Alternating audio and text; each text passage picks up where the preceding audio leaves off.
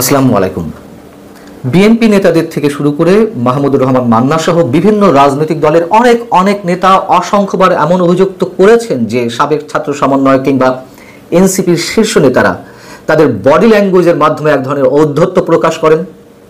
তারা সিনিয়র নেতাদের এতটুকু সম্মান করেন না, এবং এগুলোও তো আমরা দেখেছি। তারা যে অভিযোগগুলো করেছেন তার সত্যতা আমি দেখেছি, এবং এই অভিযোগগুলো আমার সঙ্গে একাধিকবার বিভিন্ন টক শোতে সিনিয়র নেতারা এমন অভিযোগই করেছেন। এবং তারই আরেকটি জ্বলন্ত উদাহরণ তুলে ধরলেন এই এনসিপির অন্যতম শীর্ষ নেতা সার্জিস আলম। শুধু তাদের নোংরা মানসিকতা নয়, একজন মুক্তিযোদ্ধার প্রতি অথবা সিনিয়র নেতাদের উদ্দেশ্যে তারা যে ভাষায় কথা বলছেন নতুন করে, শুধু তাদের ঔদ্ধত্য প্রকাশই নয়, এই নেতাদের অনেককে যে কোনো সময় অনাকাঙ্ক্ষিত পরিস্থিতির শিকার হতে পারে। স্পষ্ট করে বললে তারা যে আকার ইঙ্গিতে যা বলার চেষ্টা করছে মবের শিকার করে ফেলতে পারে, তেমনটি মনে হচ্ছে। এনসিপির অন্যতম শীর্ষ নেতা সার্জিস আলম, তিনি বিএনপি চেয়ারপারসনের উপদেষ্টা মুক্তিযোদ্ধা অ্যাডভোকেট ফজলুর রহমান সম্পর্কে যে মন্তব্য করলেন তার ফেসবুক স্ট্যাটাসে, আপনারা নিশ্চয়ই অনেকেই খেয়াল করেছেন। সার্জিস আলম অভিযোগ করে কি বলছেন? তিনি বলছেন যে বিএনপি চেয়ারপারসনের উপদেষ্টা অ্যাডভোকেট ফজলুর রহমান জাতীয় নাগরিক কমিটির আহ্বায়ক নাহিদ ইসলাম সহ বেশ কয়েকজন নেতাকে গালি দিয়েছেন। ফজলুর রহমান সহ বিএনপির কয়েকজন নেতা অনবরত এভাবে কথা বলে যাচ্ছেন। এই নেতাদের না থামালে মানুষ মনে করবে বিএনপি তাদের দিয়ে কথাগুলো বলাচ্ছে। সার্জিস আলমের অভিযোগটি কি? অভিযোগ হচ্ছে মুক্তিযোদ্ধা অ্যাডভোকেট ফজলুর রহমান অশ্লীল শব্দ ইউজ করছেন। স্বীকার করে নিচ্ছি, কখনো কখনো তাদের মুখ থেকে কিছু অনাকাঙ্ক্ষিত শব্দ বেরিয়েছে, যেগুলোকে আমরা সমর্থন করি না। কিন্তু একবার ভাবুন, এদেশের সূর্য সন্তানেরা, যেই সূর্য সন্তানেরা আমাদের হাজার বছরের শ্রেষ্ঠ অর্জন স্বাধীনতাকে ছিনিয়ে এনেছেন, একটা স্বাধীন ভূখণ্ড উপহার দিয়েছেন এদেশের কোটি কোটি মানুষকে, সেই স্বাধীনতা যুদ্ধকে নিয়ে, মুক্তিযুদ্ধকে নিয়ে, মুক্তিযোদ্ধাদেরকে নিয়ে তুচ্ছ তাচ্ছিল্য, মুক্তিযুদ্ধের ইতিহাসকে একেবারে মুছে ফেলার ষড়যন্ত্রে লিপ্ত হয়ে থাকেন, তাদের প্রতি কতক্ষণ শালীনতা বজায় রেখে কথা বলা সম্ভব? মুক্তিযুদ্ধের সব কিছুকে ধ্বংস করে দেওয়া হচ্ছে, আর রণাঙ্গনে যেই মুক্তিযোদ্ধারা তাদের জীবনকে বাজি রেখে এই দেশকে আমাদের জন্য নিয়ে এলেন, তাদের কয়েকটা শব্দের বিপরীতে, আপত্তিকর শব্দের বিপরীতে তাদেরকে আমরা এভাবে অপমান করতে পারি? সার্জিস আলম কি বলছেন? এই আওয়ামী লীগার অ্যাডভোকেট ফজলুর রহমান সম্পর্কে বলছেন, এই আওয়ামী লীগার ও মুজিববাদী এখন বিএনপির ন্যারেটর অ্যান্ড ওরেটর। ফজলুর মতন, দেখুন খেয়াল করুন, একজন মুক্তিযোদ্ধাকে কিভাবে তার নাম উচ্চারণ করে এইভাবে ডিরেক্ট কথা বলছেন। সার্জিস আলমদের উদ্দেশ্যে আমরা তাও আপনি সম্বোধন করে কিন্তু এখনো কথা বলছি। সার্জিস আলম বলছেন, ফজলুর মতো বিএনপি নেতা গত কয়েক মাস ধরে গণহত্যাকারী আওয়ামী লীগের হয়ে মাঠে সরব থাকছেন। যে ভাষা ও বয়ানে তিনি বিএনপির প্রতিনিধিত্ব করছে,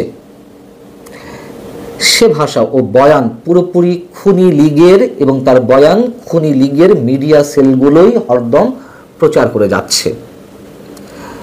সার্জিস আলমদের ভাষা বুঝতে পারছেন তো? এই ছেলেকে কি বলা সম্ভব এখন আমাদের? আর মুক্তিযুদ্ধের কথা বললেই আওয়ামী লীগের ন্যারেটর হয়ে যেতে হয়, আওয়ামী লীগের দালাল হয়ে যেতে হয়। অ্যাডভোকেট ফজলুর রহমান হয়তো কিছু শব্দ আগেই বলেছে, আপত্তিকর শব্দ উচ্চারণ করেছেন, তার সমালোচনা হতেই পারে। কিন্তু সার্জিস আলম যে শব্দগুলো ইউজ করেছেন, তাকে আমরা কোন বিশেষণে বিশেষায়িত করব?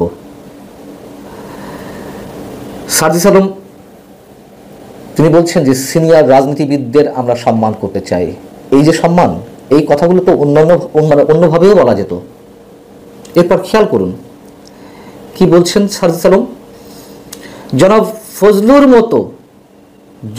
ফজলুর মতো পলিটিক্সে ন্যূনতম আদবের তোয়াক্কা না করা, ইনিয়ে বিনিয়ে ফ্যাসিবাদের দালালি করা, অভ্যুত্থানকে মেনে নিতে না পারা, আওয়ামী লীগের এজেন্ডা বাস্তবায়নকারীদের বিরুদ্ধে ছাত্র জনতার ক্ষোভের বহিঃপ্রকাশের দায় তাদেরকে নিতে হবে। তার মানে কি? পুরোপুরি মব লিঞ্চিং এর উস্কানি দিচ্ছেন?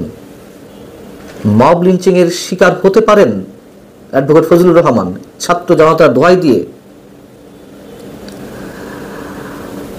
সার্জিস আলম বলছেন, পাল থেকে ছুটে যাওয়া লাগাম ছাড়া কয়েকজনের জন্য বিএনপি বারবার নিজেদেরকে প্রশ্নবিদ্ধ হতে দেখতে চায় কিনা সেই সিদ্ধান্ত বিএনপি নিতে হবে। আরে বাপরে বাপ, বিএনপি কি হুমকি দিচ্ছে? মানে তার মানে কি? ফজলুর রহমান সাহেবরা তারা এই দেশের যে শেকড়, আমাদের যে অস্তিত্বের পরিচয়, সেই পরিচয়কে টিকিয়ে রাখতে তারা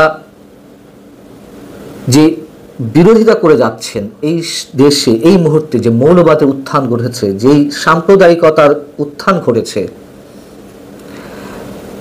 তাদের বিরুদ্ধে কথা বললে বিএনপির লাগাম ছাড়া, মানে পালের লাগাম ছাড়া মানুষে পরিণত হচ্ছেন। মানে বিএনপি কি জামাতের সাথে সখ্যতা রাখলে ভালো হতো, জামাতের সঙ্গে রাজনীতি করলে ভালো হতো? লজ্জা করে না? এই স্বাধীন দেশে আদালতের মাধ্যমে চিহ্নিত, আদালত কর্তৃক প্রমাণিত যুদ্ধাপরাধীদের ছবি যখন প্রকাশ্যে টানানো হয়, তাদের বিরুদ্ধে একটা শব্দ উচ্চারণ করতে আমরা দেখি না। অথচ এই দুঃসময়ে, এই ঘনঘোর অন্ধকারে ফজলুর রহমান সাহেবরা যে আলোকবর্তিকা হয়ে নিজের জীবনের ঝুঁকি নিয়ে আবারও কথা বলছেন স্বাধীনতার পক্ষে, আমাদের মা মাটি মানুষের পক্ষে, সেটি তো তাদের সহ্য হচ্ছে না, তাই না? সহ্য হওয়ারই কথা নয়। এবং এই অ্যাডভোকেট ফজলুর রহমান সাহেবরা তারা কি 5 আগস্টের আগে অথবা 5 আগস্টের কিছুদিন পর পর্যন্ত এই ছাত্র সমন্বয়কদের বিরুদ্ধে কথা বলেছে? বলেনি তো। কখন থেকে তারা এইভাবে আবেগী হয়ে উঠতে শুরু করলেন? কখন থেকে তারা উত্তেজিত হয়ে উঠতে শুরু করলেন? যখন তাদের অস্তিত্ব, তাদের জীবনের ঝুঁকির বিনিময়ে অর্জিত যে শ্রেষ্ঠ সম্পদ, সেটি নিয়ে ছিনিমিনি খেলা হচ্ছে বা শুরু হয়েছে, তখন থেকে তারা এই ভাষাতে কথা বলছেন। আল্লাহ হাফেজ, ভালো থাকুন সবাই।